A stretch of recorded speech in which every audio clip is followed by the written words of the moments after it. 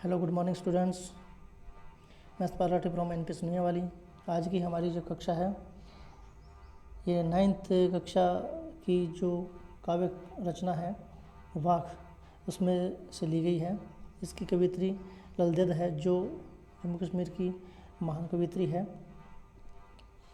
कवित्री ने जो अपने जीवन को है वो परमात्मा का ही जीवन बताया और वो कहती है कि मैं अपने जीवन के अंदर सब कर्मकांड है जो इनको समाप्त करके परमात्मा के चरणों में जगह प्राप्त करना चाहती हूँ।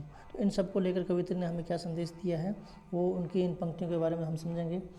कवित्री कहती है कि रस्सी कच्चे धागे की खींच रही है नाव, जाने कब सुन मेरी पुकार को देव भवसागर पार।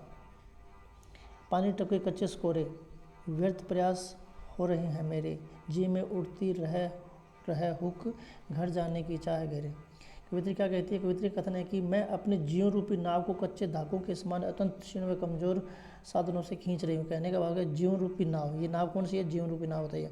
कच्चे धागे से खींच रहे, कच्चे धागे ने श्वास रूपी जो हमारी जो सांसें चल रही है इन श्वासों के द्वारा वो कहती है कि हम अपने जीवन को लंबा खींच रही हूँ।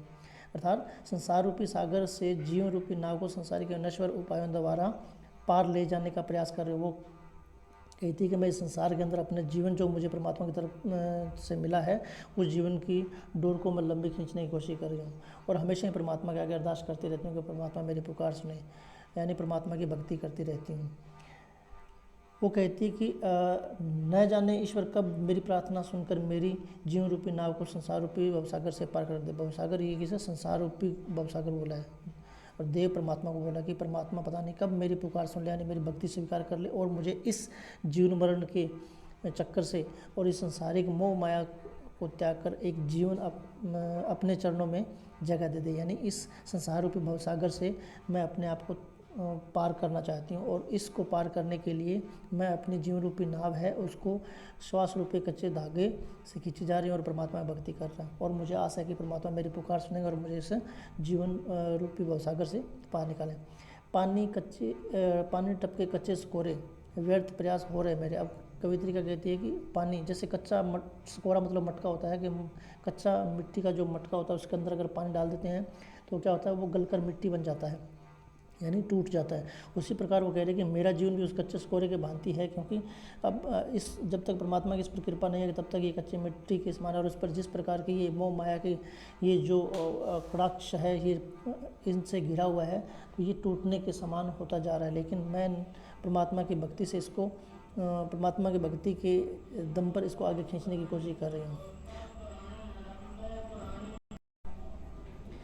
जीवन के अंदर अब वो कहती है जी में उठती रह हुक। मेरे जी हुक का मतलब होता है पीढ़ी, रह यानी बार बार एक ऐसी पीड़ा उठती है घर जाने की चाह गहरे। और कौन सी चाह है उसे उसकी इच्छा क्या है कि मैं इस संसारिक जीवन को त्याग कर परमात्मा के चरणों में समाहित हो जाऊँ। मुझे परमात्मा के घर को उसने अपना घर कहा, इस संसार रूपी यहाँ इसने इसको अपनी यात्रा मानी और अपना जो असली घर है वो परमात्मा के चरणों में माना। तो वो कहती है कि मैं परमात्मा के घर में जाकर यानी अपने घर में जाना चाहती हूँ और इसके लिए मैं भक्ति भाव से परमात्मा की सच्ची श्रद्धा से भक्ति कर रही हूँ ताकि मुझे इस जीवन रूपी जो मेरी नाव चल रही है भवसागर रूपी ये जो दुनिया इससे पार करा कर मुझे अपने चरणों में परमात्मा जगा दे।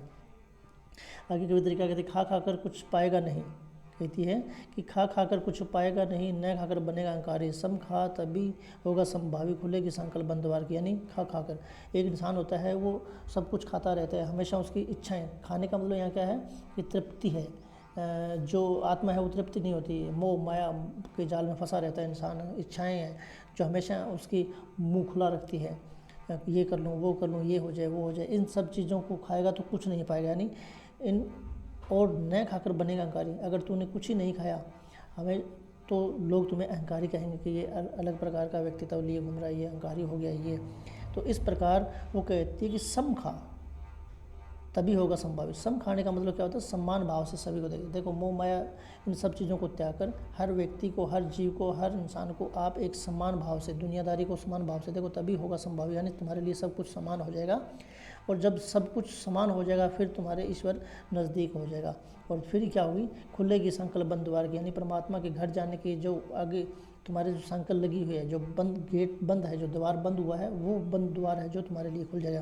कहने का भाव क्या? कवित्री कहती है कि संसार के अंदर मोह माया को त्याग कर हमें परमात्मा की सच्ची भक्ति करनी चाहिए और इस संसार के अंदर जितने जीव प्राणी हैं सब में हमें समानता समझनी चाहिए, तभी जाकर क्या है कि हमारे लिए ईश्वर के दरवाजे हैं वो खुल पाएंगे, यानी हम अपने घर को वापस जा पाएंगे, ऐसा कवित्री कहती है। इसके बाद में कवित्री क्या कहती है कि आई थी सीधी राह से गई न सीधी राह, सूक्ष्म सेतु पर खड़ी थी बीत गए दिन आ, जब टटोली कोड़ी न पाई मन जी को दूं क्या उतराई, जेब टटोली कोड़ी न पाई मन जी को दूं क्या उतराई। कवित्री क्या कहती है कि आई थी सीधी राह से, जब मेरा जन्म हुआ था तो मेरे अंदर कोई छल कपट या मतलब इस तरह की मोह माया या इच्छाएं कोई कुछ नहीं था, गई न सीधी राह। लेकिन जब मैं इस संसार के अंदर अपना जीवन व्यतीत करने लगी तो उसके अंदर क्या होती है कि मेरी कुछ इच्छाएं बन गई, कुछ ऐसी आदतें हो गई, कुछ जो लालच कह दो आप, मतलब हर प्रकार की जो मोह माया के बंधन में मैं बंध गई। इसलिए जब कोई भी जीव इस संसार के अंदर आता है तो वो परमात्मा के घर से सीधा आता है, उसके अंदर कोई किसी प्रकार पाप छल कपट नहीं होते। लेकिन जब इस संसार के अंदर आकर वो नए नए तरीके भी सीखता है, उसकी इच्छाएं बढ़ने लगती है, तो इससे क्या होता है कि उसके जितना वो इच्छाएं पालेगा उतना ही परमात्मा से दूर होता जाएगा, यानी मोह माया में फंसता जाएगा, परमात्मा से दूर होता जाएगा। सूक्ष्म सेतु पर खड़ी थी बीत गया दिना। सूक्ष्म सेतु का मतलब यहाँ किस चीज़ से है, यहाँ सूक्ष्म सेतु से कहने का मतलब कि जो एक नाक की जो होती है ना, आप कह सकते हो कि जो नलिकाएँ होती है, यानी कवित्री का कहने का भाव ये है कि उस समय उसके मन में किसी प्रकार की कोई बुराई नहीं थी, किंतु संसार में आकर ईश्वर विमुख मार्ग पर चलने लगता है, यानी अलग अलग राहें जो अपना लेता है अपने स्वार्थ के अनुसार। अतः क्या होता है, उसी मार्ग पर चलते चलते वो अपने जो अस्तित्व होता है, जो सच्चाई होती है, जो वास्तविकता होता है, उससे विमुख हो जाता है। कवित्री पुनः कहती है कि हठ योग आदि विभिन्न उपायों के माध्यम से ईश्वर प्राप्ति का प्रयास करती रही। वो कहती है कि मैंने हर तरह से प्रयास किया, परमात्मा की भक्ति करी ताकि मैं इस परमात्मा के नज़दीक रहूं, किंतु संपूर्ण जीवन बीत गया, मेरा सारा जीवन बीत चुका है और मैं इस भवसागर को पार करने में अभी तक असमर्थ हूँ। अब वो कहती है कि उसके पश्चात मैंने क्या किया, उसके पश्चात मैंने जब अपनी जेब टटोली कोड़ी न पाई, यानी जेब टटोलने का मतलब क्या होता है, अपने जो पॉकेट मनी होती है ना, जैसे पॉकेट होती है, उसको हम देखते हैं और उस पॉकेट में हमें कुछ नहीं मिलता है, तो वो आगे कहती है मन जी को दूं क्या उतरा। मन जी क्या होता है, जो नाव चलाने वाला होता है, यानी नाव चलाने वाला कौन है, हमारी नाव चलाने वाला हो गया ईश्वर। कि जब हम किसी जो नदी को पार करते हैं नाव में बैठकर, तो उसको जाने के बाद में हमें मेहनताना देना होता है, यानी उतराई देनी होती है। तो उसी प्रकार हम इस सांसारिक जीवन की यात्रा जो कर रहे हैं, भवसागर रूपी जीवन को, इस संसार रूपी भवसागर में अपनी जीवन की नौका पर सवार हो, तो इस नौका को चलाने वाला जो ईश्वर है, अब मैं वहाँ जाऊँगी तो मैं उसको उतराई में क्या दूँ। कवित्री को ऐसा कहने का भाव, इसमें कहने का भाव ये है कि मेरे जीवन के अंदर मैंने बहुत से अच्छे कर्म किए हैं, उसके बावजूद भी मुझे ऐसा लगता है कि मेरे जेब के अंदर, यानी मेरे कर्मों का जो लेखा जोखा, उसमें मैंने कोई ज़्यादा पुण्य नहीं कमाए, जिसको लेकर मैं परमात्मा के समक्ष खड़ी होकर ये कह दूँ कि मैंने ये अच्छे कर्म किए थे। तो इस चीज़ से वो भयभीत होकर परमात्मा के घर जाना चाहती है। कि वो कहती है जितना लंबा समय संसार के अंदर बीतेगा उतना ही हम मोह माया के अंदर फंसते हुए चले जाएंगे। तो हमें इन सब चीज़ों को त्याग कर और परमात्मा की भक्ति करते हुए अपने परमात्मा के यानी अपने सच्चे घर की ओर वापसी करनी चाहिए। आगे कवित्री क्या कहती है, आगे कहती है थल थल में बसता है शिव, यानी संसार के कण कण में शिव है विद्यमान है, भेद न कर क्या हिंदू क्या मुसलमान।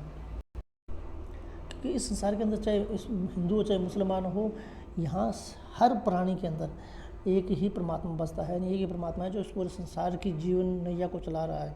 तो हमें कभी भी भेद नहीं करना चाहिए हिंदू मुसलमान का। अब इस संसार में जो ईश्वर को वही इंसान पाता है जो ईश्वर को जान लेता है, और ईश्वर को कौन जानेगा, जो खुद को पहचान ले, यानी ज्ञानी वही है जो समय को जाने। आज ज्ञान देने वाला बहुत है, लेकिन अब उनको खुद का ज्ञान है कि नहीं है, इस बात का उन्हें खुद को ही ज्ञान नहीं है। तो साहिब ज्ञानी वही जो समय को जान, वही है साहिब से पहचान, यानी साहिब परमात्मा को बोला गया, शिव को बोला गया कि इस परमात्मा को वही पहचान सकता है जो खुद को जान सकता है। खुद यानी मैं क्या हूँ, मेरे अंदर क्या है, मैं अपने जीवन में किस प्रकार जीवन यापन करता हूँ, और मेरे अंदर इच्छाएं कितनी प्रबल है, मोह माया से मैं कितना जुड़ा हूँ। इन सब चीज़ों से हम अपना अंदाज़ा लगाते हैं और उसी से हमारी ईश्वर की से जो है मुलाकात होती है। मुलाकात से मतलब है कि ईश्वर हमें अपने चरणों के अंदर जगह देता है। तो कहने का भाव क्या है, इस कविता के अंदर कवित्री कहती है कि इस संसार के अंदर आकर लोग मोह माया के चक्कर में फंस जाते हैं, धर्मों के चक्कर में फंस जाते हैं, जाति धर्म के अंदर तू हिंदू है, मुसलमान है, ये शिव है, ये रहीम है, ये राम है, रहीम है, इस प्रकार के चक्रों में फंस जाते हैं। परंतु ईश्वर का एक ही स्वरूप है जिसको हमने अलग अलग रूप देकर उसको हम लोगों को भ्रमित करने की कोशिश की है। हमें क्या करना चाहिए, हमें ईश्वर की भक्ति करनी चाहिए, सत्य भाव से हर प्राणी को एक इज्जत देनी चाहिए, हर प्राणी के प्रति हमारी आस्था होनी चाहिए, हर प्राणी के प्रति हमारे समान विचार होना चाहिए। तभी जाकर हम ईश्वर के प्राप्ति कर पाएंगे, तभी जाकर हमारे लिए ईश्वर के द्वार है उसकी संकल्प खुल पाएगी और हम परमात्मा के चरणों में अपने आप को समाहित कर पाएंगे।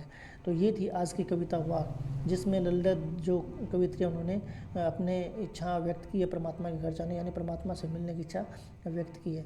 मैं आशा करता हूँ कि आपको ये कविता जो है समझ में आई है। और आपने क्या करना है, आज का जो होमवर्क आपका ये रहेगा कि इन कविता को आपने अच्छे से पढ़ना है, इसको समझना है और इसके जितने भी शॉर्ट जो MCQ क्वेश्चंस है उन सभी को आपने याद करना है। तो आज की वीडियो हम यहीं समाप्त करते हैं। जय हिंद, जय भारत।